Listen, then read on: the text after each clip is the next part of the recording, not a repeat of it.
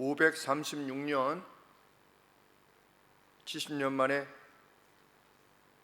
유다와 예루살렘으로 돌아왔던 이들의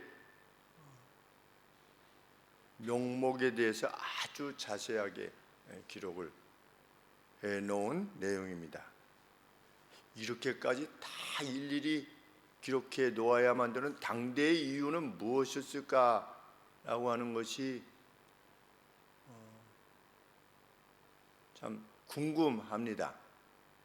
그냥 총 64절 말씀대로 42,360명이 돌아왔다 이러면 되는데 될 것 같은데, 이것을 다 이렇게 기록한 것을 보면 이스라엘 유다 사람들이 잡혀갔다가 이제 70년 동안 그곳에 있게 되면서 정통 유대인들로서 이후에 돌아온 이후에 정말 이 사람이 하나님 아브라함의 혈통을 이어받은 참 이스라엘 백성들이 과연 누구냐 라고 하는 것을 이후에도 계속해서 그 정통성을 유지하기 위해서 각각의 그 계보들을 기술한 것이 아니겠는가, 이런 생각을 해보게 됩니다. 왜냐하면 족보에는 있지만 그 본인들이 그 족보에 해당된다고 말은 하지만 59절에 보시면 그 종족과 보계가 이스라엘에 속하였는지 증가할 수 없는 이들이 있었다 라고 하는 것을 보면 이것을 정통 유대인으로서 아브라함의 후손으로서의 그 혈통을 확인하는 어떤 재확인의 함으로 제2의 어떤 하나님 나라의 백성을 이어가려는 이러한 시도에 의해서 이것들이 다시 역사를 시작하는 시점에 있어서 제시된 것으로 이렇게 여겨집니다. 그만큼 이들이 하나님의 백성이다 라고 하는 사실을 분명히 하고자 하는 것입니다. 총 42,360명으로 기록되고 있습니다.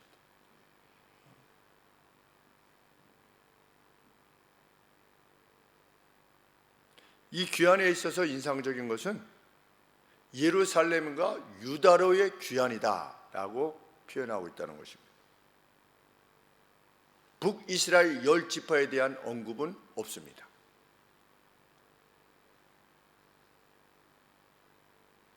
유다와 베냐민 사람만 돌아왔느냐? 명확하지는 않습니다. 그럼에도 불구하고 유다, 예루살렘으로 그리고 유다로 귀환했음을 성경이 언급하고 있습니다.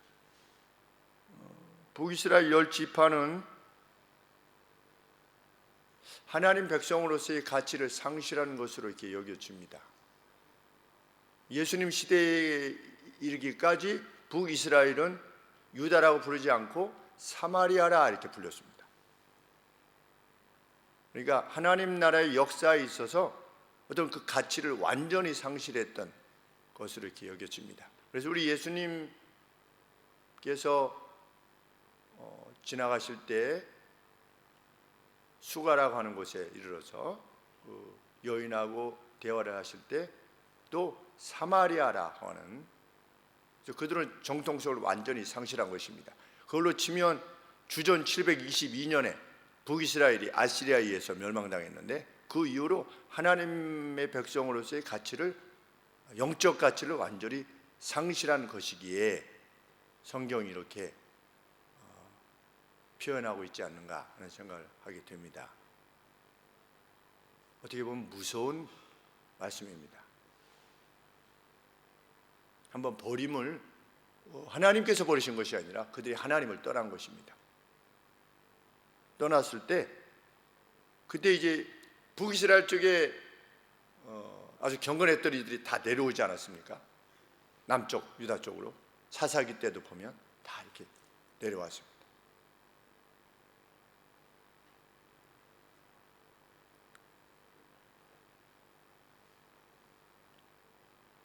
물론 남쪽 유다 역시 하나님 앞에 악을 행해서 바벨론으로 향해서 갔고 바벨론이 쳐들어왔고 하나님께서 한 세대를 완전히 그냥 도려내신 거지요. 70년 동안 도려내셨는데,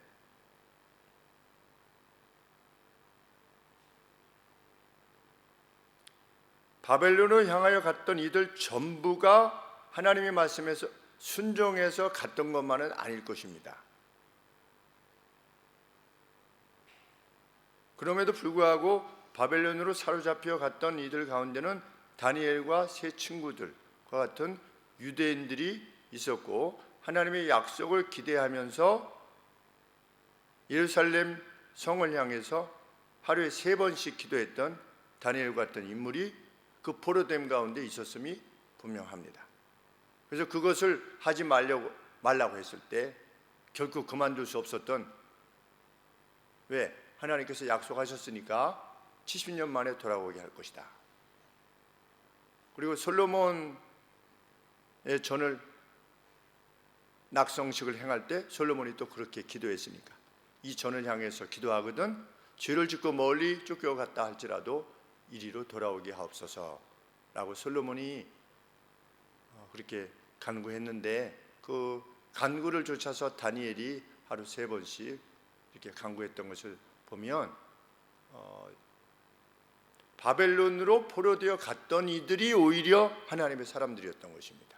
왜냐하면 하나님께서 예레미야 선지자를 통해서 밝히지 않았습니까? 너희는 바벨론으로 가라. 가서 어떻게 해라? 거기서 과수원도 잘하고 그 나라가 또 잘 살게 되기를 너희들이 구하면서 또 일도 열심히 해라. 그리고 결혼해서 아이들도 열심히 낳아서 그래서 인구 수가 줄지 않도록 해라. 왜냐하면 70년 뒤에 돌아와야만 되는 거니까. 그것이 예레미야 29장 6절 말씀입니다. 너희로 거기서 번성하고 쇠잔하지 않게 하라 하신 하나님 말씀대로 그곳에서 자녀들을 낳기 위해서 힘썼다는 것을 우리는 알게 됩니다. 왜 그렇습니까?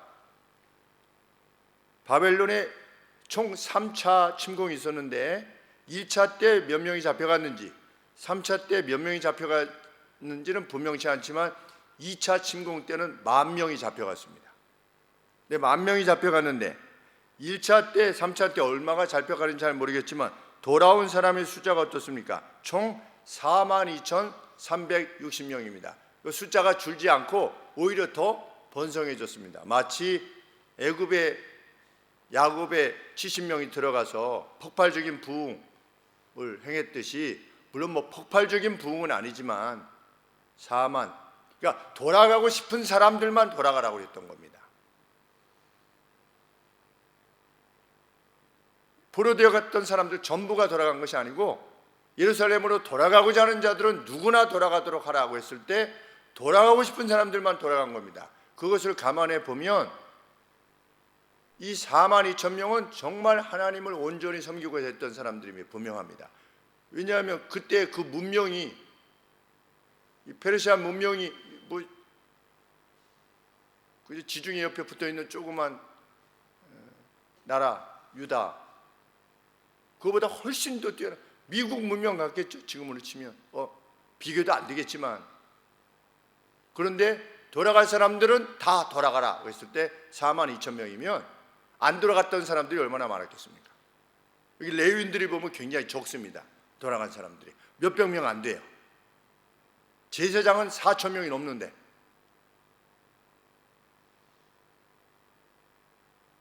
제사장이 10분의 1이 돌아간 겁니다. 그런데 신기하지 않습니까? 이 돌아간 4만 몇천 명 중에 10분의 1이 제사장입니다. 제사장이 그렇게 많을 수가 없지 않습니까? 그러니까 자원해서 간 사람들 제사장이 많았다는 겁니다. 이것을 보면 10,000명 얼마가 정확하게 잡혀갔는지 알 수 없지만 잡혀갔는데 거기서 수가 많아졌던 것인데, 그 중에서 제사장 돌아가고자 했던 이들 가운데 제사장 족보에 해당되는 사람들이 많이 돌아갔다는 거지요. 4,000명이나 되니까 4만 명 중에. 근데 레위인들은 몇백 명 안 됩니다. 왜? 레위인들은 그렇게 안 돌아가는지는 잘 모릅니다. 성경에 안 나와 있으니까. 허들의 일이라서 안 돌아가는 건지.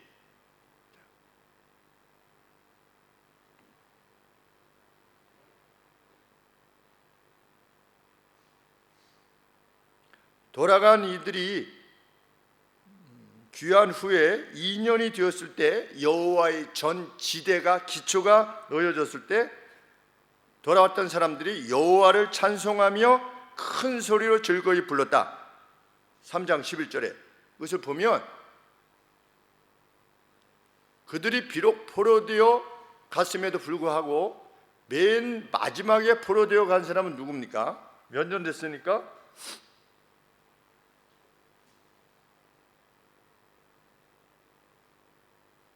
우리 1차가 606년 1차 침공이, 그 다음에 2차 침공이 597년, 근데 3차 침공이 586년입니다.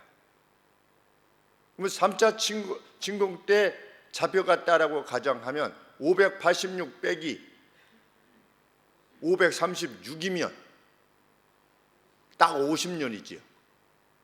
그렇기 때문에 우리 3장 11절에 보시면 그 여호와의 전 지대가 놓인 것을 보았을 때 옛날에 보았던 사람들이 크게 울었다 이랬습니다. 왜냐하면 너무나 초라하기 때문에.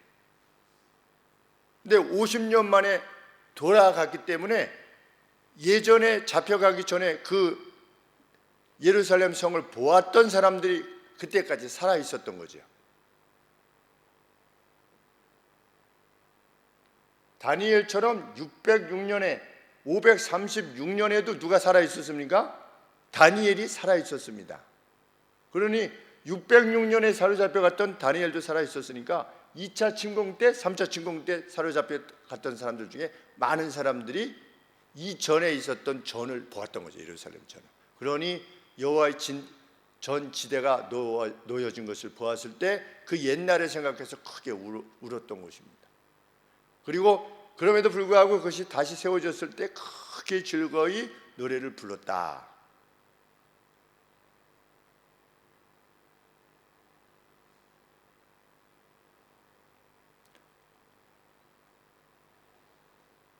물론 그 뒤로 이제 백성들이 다시금 또 자기 일 하느라고 앉아가지고 너희들 먼저 집 짓고 여호와의 전을 안 짓느냐 이러한 책망을 듣기는 했지만 여간에 돌아왔던 이들은 영적으로 하나님 백성으로서의 정통성을 지녔던 사람들인 것입니다.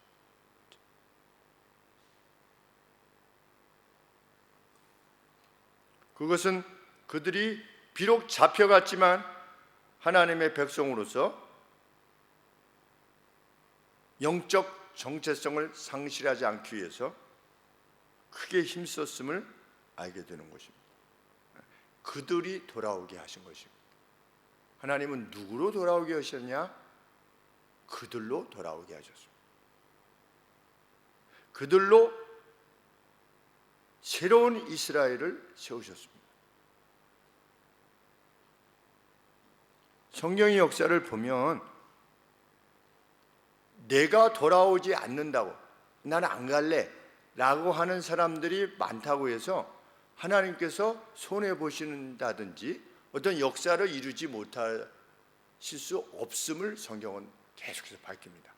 하나님이 역사를 준비하셔서 역사를 이루어 가십니다. 그것에 쓰임을 받을 것이냐 말 것이냐는 본인의 결정인데 그 쓰임을 받는 이들에게는 영광이 있을 것이다. 성경이 가르치는 것입니다.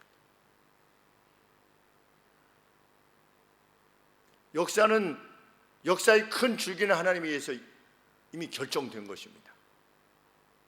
각 시대마다 누가 일할고 했을 때 저를 사용하여 주시옵소서라고 하는 것이 얼마나 소중한 일인가를 알게 되는 것입니다.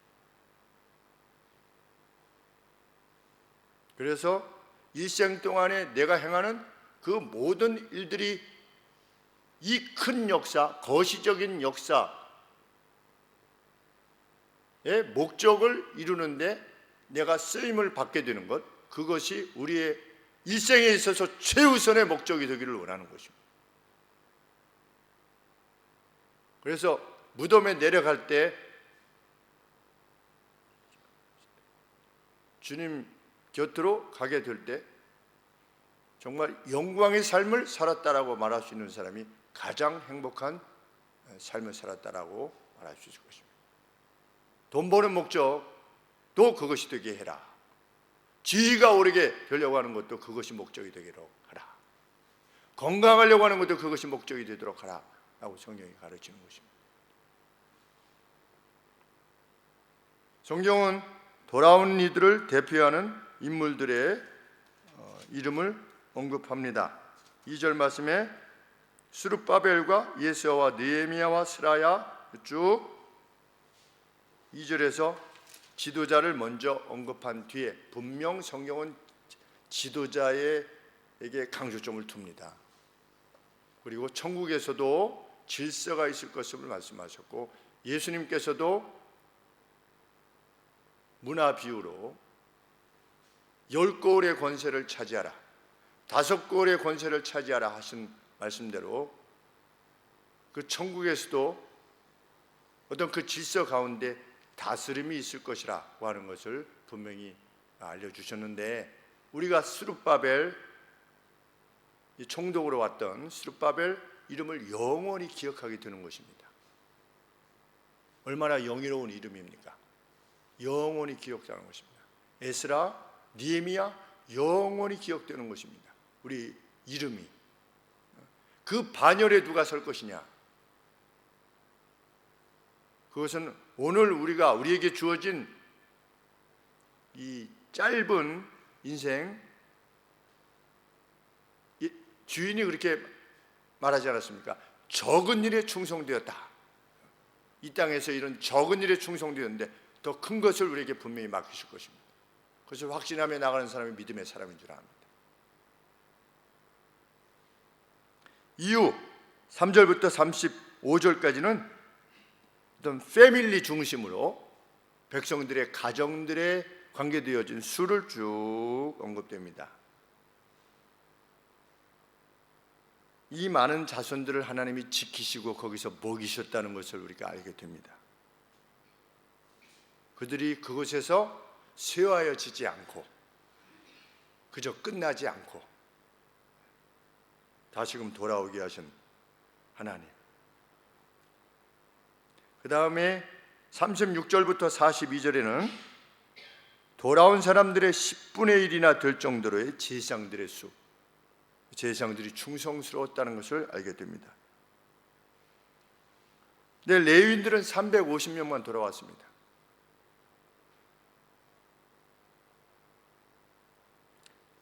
그리고 성전 문을 열고 닫았던, 그리고 그 안에 보고들을 도맡아서 책임졌던 성전 문지기들이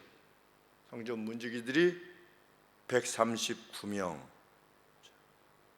상대적으로 많은 숫자입니다. 그리고 이거 르비딤이라고 되어 있나요? 네, 느디님. 43절에 느디님이라고 하는 뜻은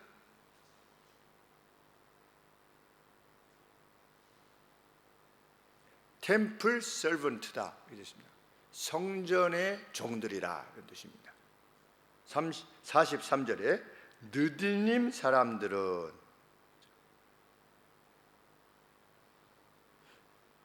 백성들이 수가 언급되고 제사장들, 레위인들, 성전의 문지기들, 그리고 템플 서번트들,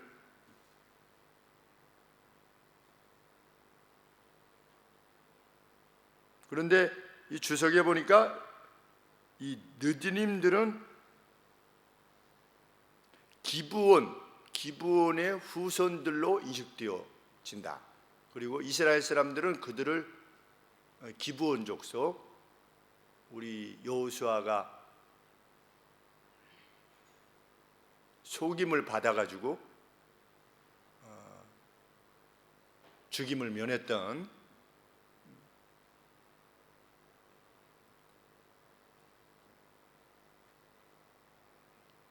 사실 그것도 하나님의 자비에 의한 것임이 분명합니다. 그들이 그만큼 하나님의 이름을 높이고 그것을 두려워할 줄 알고, 그래서 그 안에서 보호를 받기 위해서 그토록, 그러니까 이건 우리가 백색 거짓말이라고 그러지요. 백색 거짓말. 누구를 이렇게 손해를 끼치지 않는 거짓말을, 백색 거짓말을 했는데, 그 백색 거짓말을 한 그 내면이 무엇입니까? 멀리서 들었지만 하나님의 이름을 높여서 어떤 간구한 것입니다. 그랬을 때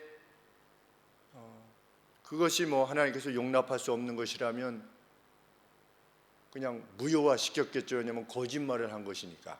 그럼에도 불구하고 여호와의 이름으로 되었다는 사실과, 그렇죠? 그들의 또 간구, 그래서 이스라엘 내에서 어떤 일을 하면서 살 수 있도록 허락되어진 것을 보면, 간절히 사모했던 이들, 그들이 비록 가나안인인데도 불구하고 하나님께서 살려두셔서 이 주석의 언급이 맞다면 무슨 일을 한 것입니까? 템플 서번트를 한 것입니다. 성전의 일을 돕는 일. 그것이 비록 허드렛 일이었지만 그 일을 하는데 쓰임을 받았을 뿐만 아니라 돌아온 사람들의 이름 중에 그들의 이름이 있다는 것, 대단한 영예가 아닐 수 없습니다. 사모하는 자에게 더 큰 것을 주시는 분이 하나님이십니다. 오늘도 마찬가지인 줄 압니다.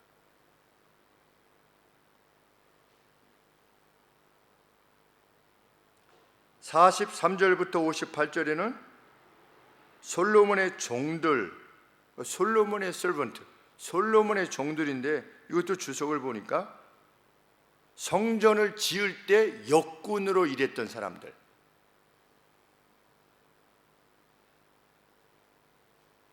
우리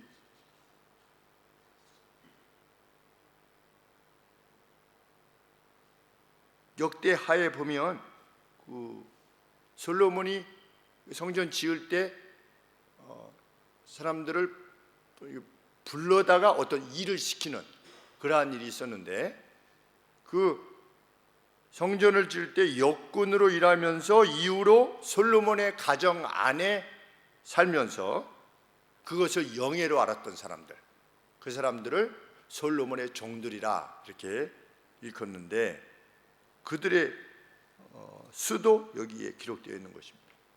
55절에 솔로몬의 종들이다. 솔로몬의 종들의 아들들이다. 그 다음에 59절부터 63절에는 그냥 평민으로서 이스라엘 자손됨을 증명받지 못했던 사람들이 있었다.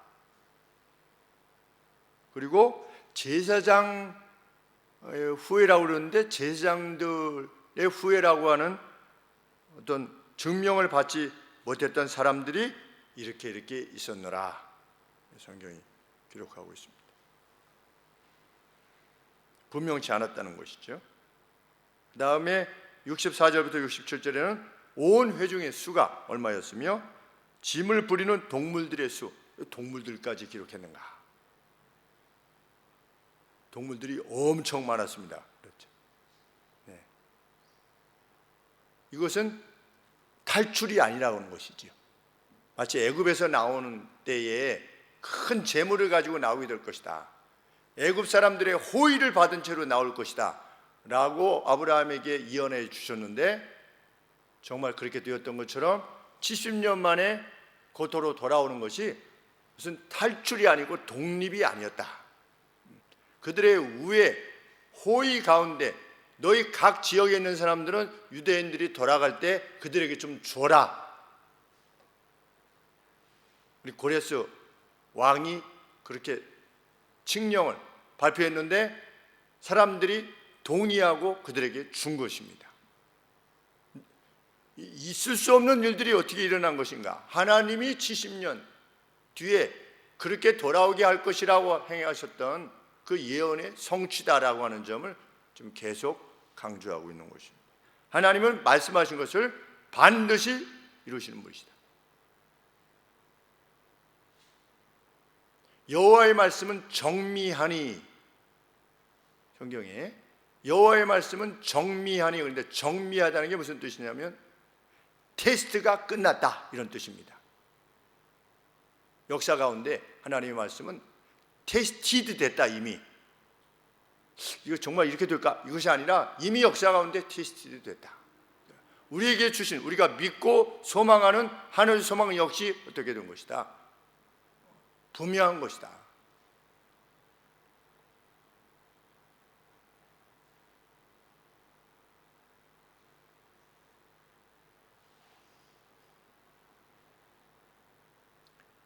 이 기록들은 90년 뒤에 느헤미야가 3차 귀환을 하는데, 1차 귀환, 2차 귀환, 3차 귀환이 있는데 3차 귀환 때, 3차 귀환이 언제 이루어졌냐면 444년에 이루어졌는데, 그러니까 약 몇 년 차이 납니까? 536년에 444년이면 거의 90년 뒤에 3차 귀환이 있게 되는데, 느헤미야 7장 6절부터 시작되는 그 기록을 보면 이 기록하고 똑같은 것입니다. 내용이. 이 기록이 얼마나 사실적인 것인가를 확인케 해주는 내용입니다.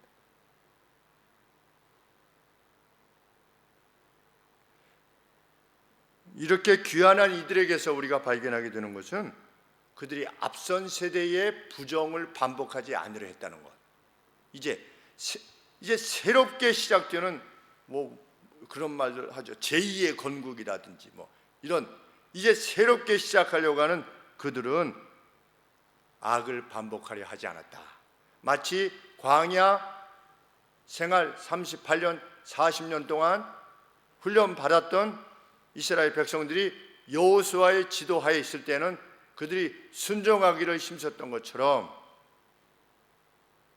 온전한 순종이라고 할 수까지는 없겠지만 순종했던 것처럼 여호수아가 죽는 날까지는 그래도 여호수아의 말을 따랐던 것처럼, 이제 포로 생활을 마친 그들은 거기서 경험하는 것이죠. 하나님의 말씀을 떠나는 것이 얼마나 괴로움을 끼치고, 또 한 세대를 완전히 하나님이 도려내시고 본인들은 와서 지킴을 받고 돌봄을 받고 다시 돌아가니, 이제는 어떻게 해야 된다? 우리가 정말 하나님께서 명하신 바대로 행하는 것이만이 그것이 살 길이라는 점을 알았기 때문에 매우 조심스럽게 혹이라도 부정과 같이 여겨지는 것들을 몰아내려고 애를 썼던 것입니다. 그래서 그 종족과 보계가 이스라엘에 속하였는가가 불명확했던 사람들 652명을 이스라엘 백성들로 이해하는 것을 유보시킨 것입니다. 이스라엘 유다로 같이 향하는 것은 허락했지만 이스라엘 백성들로서의 그 권리와 그 책임을 같이 나누게 하기에는 유보했다. 그리고 62절에 보시면 제사장의 직분을 행치 못하게 했다. 이 사람이 정말 확실하지 않는 사람이라면 제사장 역할을 감당하지 못하도록 했다. 누가 이 모든 과정을 지도해 나갔습니까? 63절에 보시면 방백, 거버너인데 이 거버너가 스룹바벨입니다. 방백이 저에게 명하여 우림과 둠밈을 가진 제사장이 일어나기 전에는, 이때는 법궤도 없는 겁니다. 언약궤도 없고 다. 근데 우리가 제사장이 언약궤에서 제사장이 우림과 둠밈을 가지고 하나님의 뜻을 묻지 않았습니까? 근데 언약궤도 없는 겁니다. 그래서 지금 이 상황에서 어떻게 해라? 방백이 저에게 명하여 우림과 둠밈을 가진 제사장이 일어나기 전에는 지성물을 먹지 말라 하였느니라. 그리고 제사장의 직분을 행치 못하게 하고, 그러니까 최대한대로 어떻게 한 겁니까? 혹이나 부정한 것이 그저 속히 어떤 예전의 그 제사 행위가 이루어지는 것을 목적하지 않고 온전한 사람들에 의해서, 권위를 지닌 사람들에 의해서 그것이 되어지기를 위해서 힘썼다는 것을 알게 됩니다.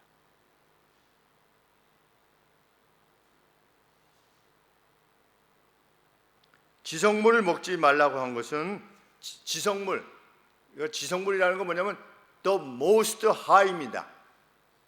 그러니까 가장 지극하게 거룩한 것, 홀리한 것, 그것을 지성물이라. 그것 지성물에 가까이 가는 것, 번제단, 번제단은 없었겠죠. 지성소도 없지만, 그러니까 제사장적 행위들을 삼가라. 그때가 나타날 때까지 하나님의 일에 대해서 신중의 신중을 거듭한 것입니다. 하나님께 경배드리는데 부정한 것이 뭐냐? 오늘 우리 가령 예를 들어서 예배드리다가 카톡 이런 거 보는 거, 문자 이렇게 있을 수 없는 일인 것입니다. 이 백성들로 치면 정말.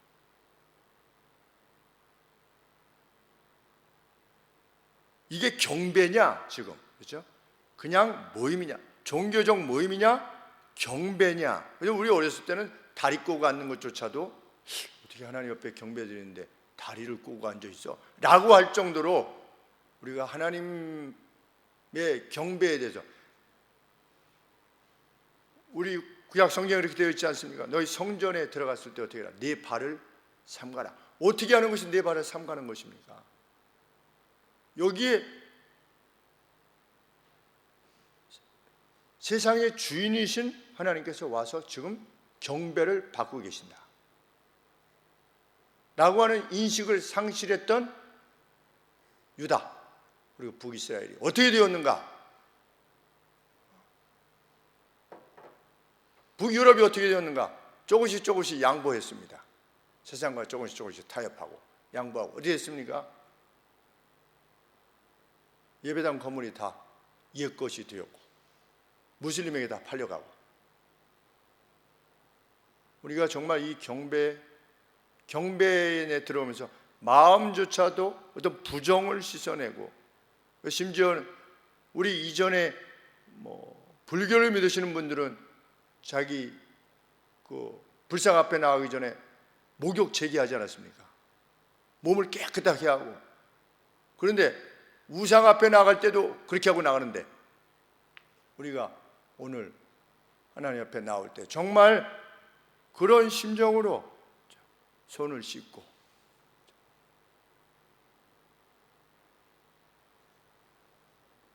그렇게 나가기를 이 백성들이 원했던 것입니다. 만일 이스라엘 회중이 포로되기 전에 이러한 영적인 신중함을 가졌었다면 그들은 망하지 않았을 것이고 포로되지 않았을 것입니다. 한 세대가 제거되는 그러한 재난에 직면하지 않았을 것입니다.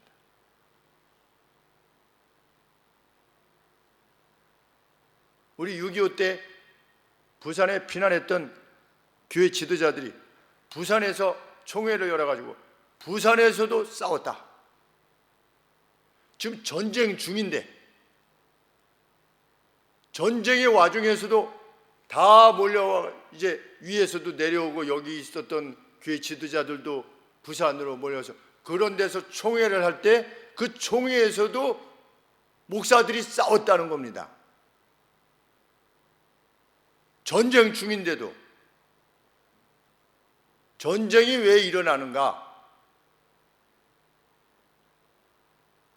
그때 당시의 영적 상태가 어떠했다는 것을 우리는 알게 됩니다.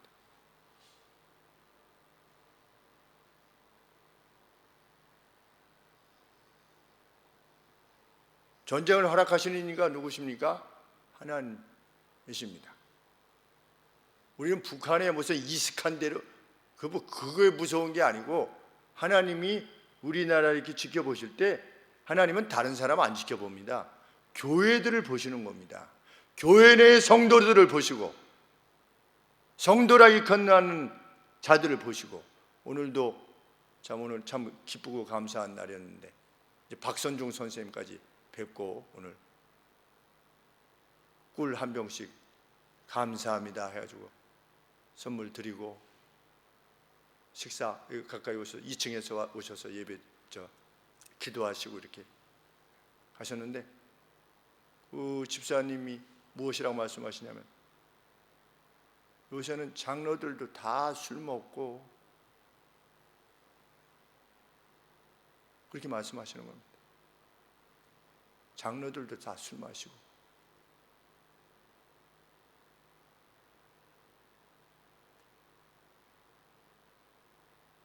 장로들도입니다. 장로들도 다 종교에도 구원받을 수 있는 가능성이 있다 라고 하는 WCC를 통합 측이 받아들이고, 이게 기독교입니까? 예수 그리스도 외에는 세상에 구원받을 다른 이름을 주신 적이 없다. 성경에 명백하게 있어도 그러하고, 교회 내에서 여성들의 가르치는 것을 허락지 아니하겠다 라고 했는데 여성 목사 안수하고, 교회의 일로 세상 법정에 나가지 말라 그랬는데 교회 내에서 문제가 발생하면 세상 법정으로 나가서 재판을 받고,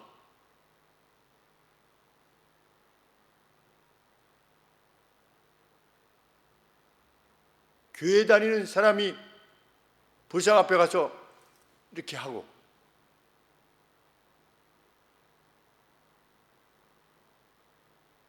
교회 다니는 사람이 탐욕으로 행하고, 교회 다니는 사람이 성경을 들고 다니는 사람이 본부인이 아닌 다른 여자와 다니는 것을 전혀 부끄럽게 여기지 않고 무슨 커밍아웃을 하느니 마느니, 그런데 교회에서 그것에 대해서 권징하지 않고 오히려 목사하고 가까이 있는 사진을 찍어서 페이스북에나 올리고, 그것이 한국 교회입니다. 사실은 한국 교회. 자기 소견에 오른 대로 행하는 이스라엘이 어떻게 됐습니까? 패망했습니다.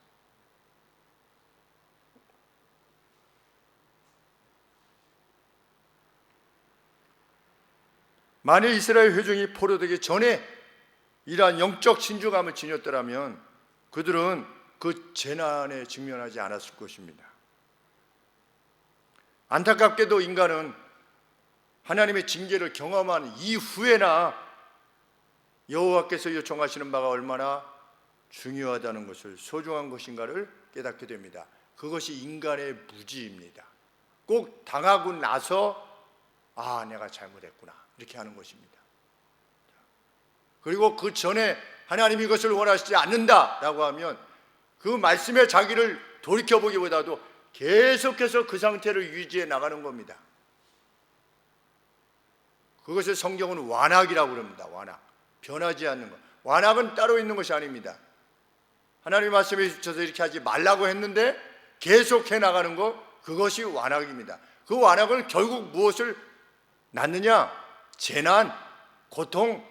그 고통 가운데 무지한 자는 계속 남을 자기의 죄로 말미암아 자기의 부정으로 고통받는데도 불구하고 그 고통의 이유를 자꾸만 다른 사람에게 돌리게 되는 것입니다. 더 악순환이 반복되는 것입니다.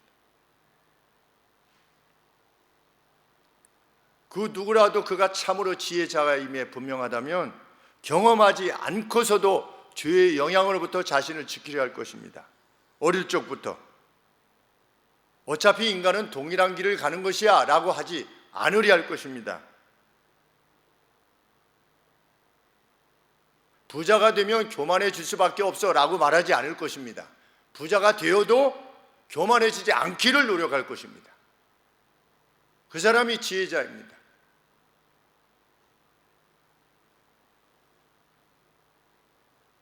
혹 시대가 악하여서 개인의 경건에도 불구하고 재난에 직면할 수가 있을 것입니다. 다니엘처럼, 다니엘의 세 친구처럼 그들은 붙잡혀 갔습니다.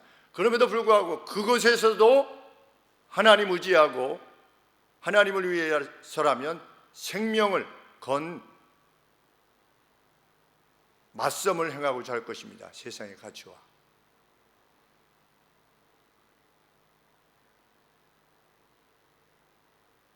우리 생애의 최고의 관심사를 하나님께 두는, 하나님 나라에 두는 우리가 되기를 원합니다. 일생 동안 하나님이 우리를 지키실 것입니다. 우리를 보호하실 것이고 그것이 하나님의 약속입니다. 누릴 수 있는 모든 영예를 누리게 할 것이고 그 영예가 영원한 것이 되게 할 것이다. 43년 만에 배웠던 선생님 두 분 일생을 보면 여전히 그때와 같이 그 말씀하시는 거나 교회를 생각하시는 것이 그렇게 동일한 모습을 보았을 때 너무나 기쁘고 감사했습니다.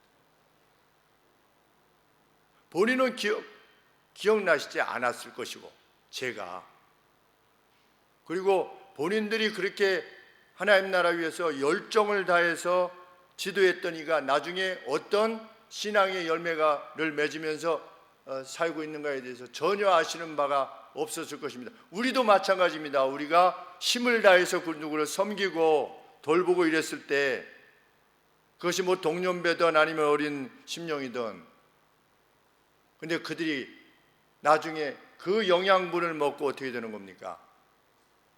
일생을 복되고 행복하게 사는 겁니다. 저처럼. 그 선생님들 일생을 기억하면서 제가 일생 동안 그 선생님들이 가르쳐 주셨던 그 뜨거운 열이, 그래서 오늘 선생님에게 지극히 감사를 드립니다. 선생님들의 그 수고와 헌신으로 인해서 제가 이렇게 행복한 생애를 살고 있습니다. 감사합니다.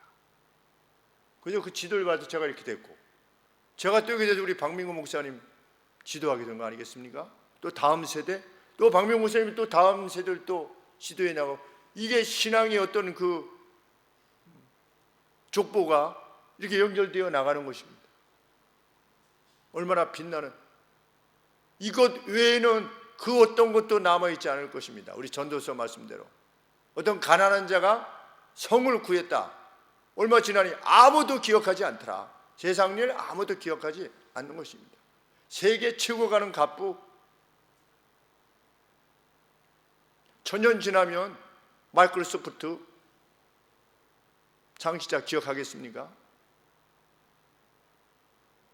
애플 만들었던 사람 기억하겠습니까? 기억지 않을 것입니다. 그러나 하나님 앞에 이 책에는 기록되어 있다고 요한계시록에 비유를 통해서 말씀하고 계시지 않습니까? 별과 같이 영원토록 빛나게 할 것이다. 다니엘서의 12장 말씀대로. 그 빛나는 생애를 위해서 수고하고 헌신하는 것은 결코 쉽지 않을 것입니다. 왜? 열매가 눈앞에 바로 보이진 않기 때문에. 그럼에도 불구하고 눈물로 씨를 뿌리는 이들이 되기를 소원합니다. 이 나라를 위해서, 또 특별히 우리 다음 세대를 위해서 함께 힘쓰고 수고하는 여러분들에게 하나님의 넘치는 은혜가 함께 하시라 믿습니다. 기도하겠습니다. 하나님의 나라의 선한 가치를 위하여 다시 한번 힘을 내고자 했던 스룹바벨을 비롯한 에스라 선지자, 그리고 그들을 이끌어 나갔던 지도자들, 하나님, 그들의 이름이 영원토록 영광을 얻게 되는 것처럼 저희들 역시 하나님 나라를 위한 수고와 이 희생과 헌신 아버지께서 기억해 주실 줄 믿습니다. 저희들은 은혜 받은 자로서 행할 뿐이지만 주께서는 저희를 기억하실 것이라 말씀하셨으며, 하나님 나라를 위하여 냉수한 그릇을 대접한 것도 결단코 그 상을 잃어버리지 않겠다고 말씀하신 그 말씀을 기억하며 용기 있게 여상하게 우리의 길을 갈 수 있도록 도와주시옵소서. 사랑하기 위하여 행한 바가 무엇이며 용서하기 위하여 자유롭기 위하여 행한 바가 무엇인가를 늘 물어가며 우리의 생일을 살아가는 저희들 되게 하여 주시옵소서. 예수님의 이름으로 기도합니다. 아멘.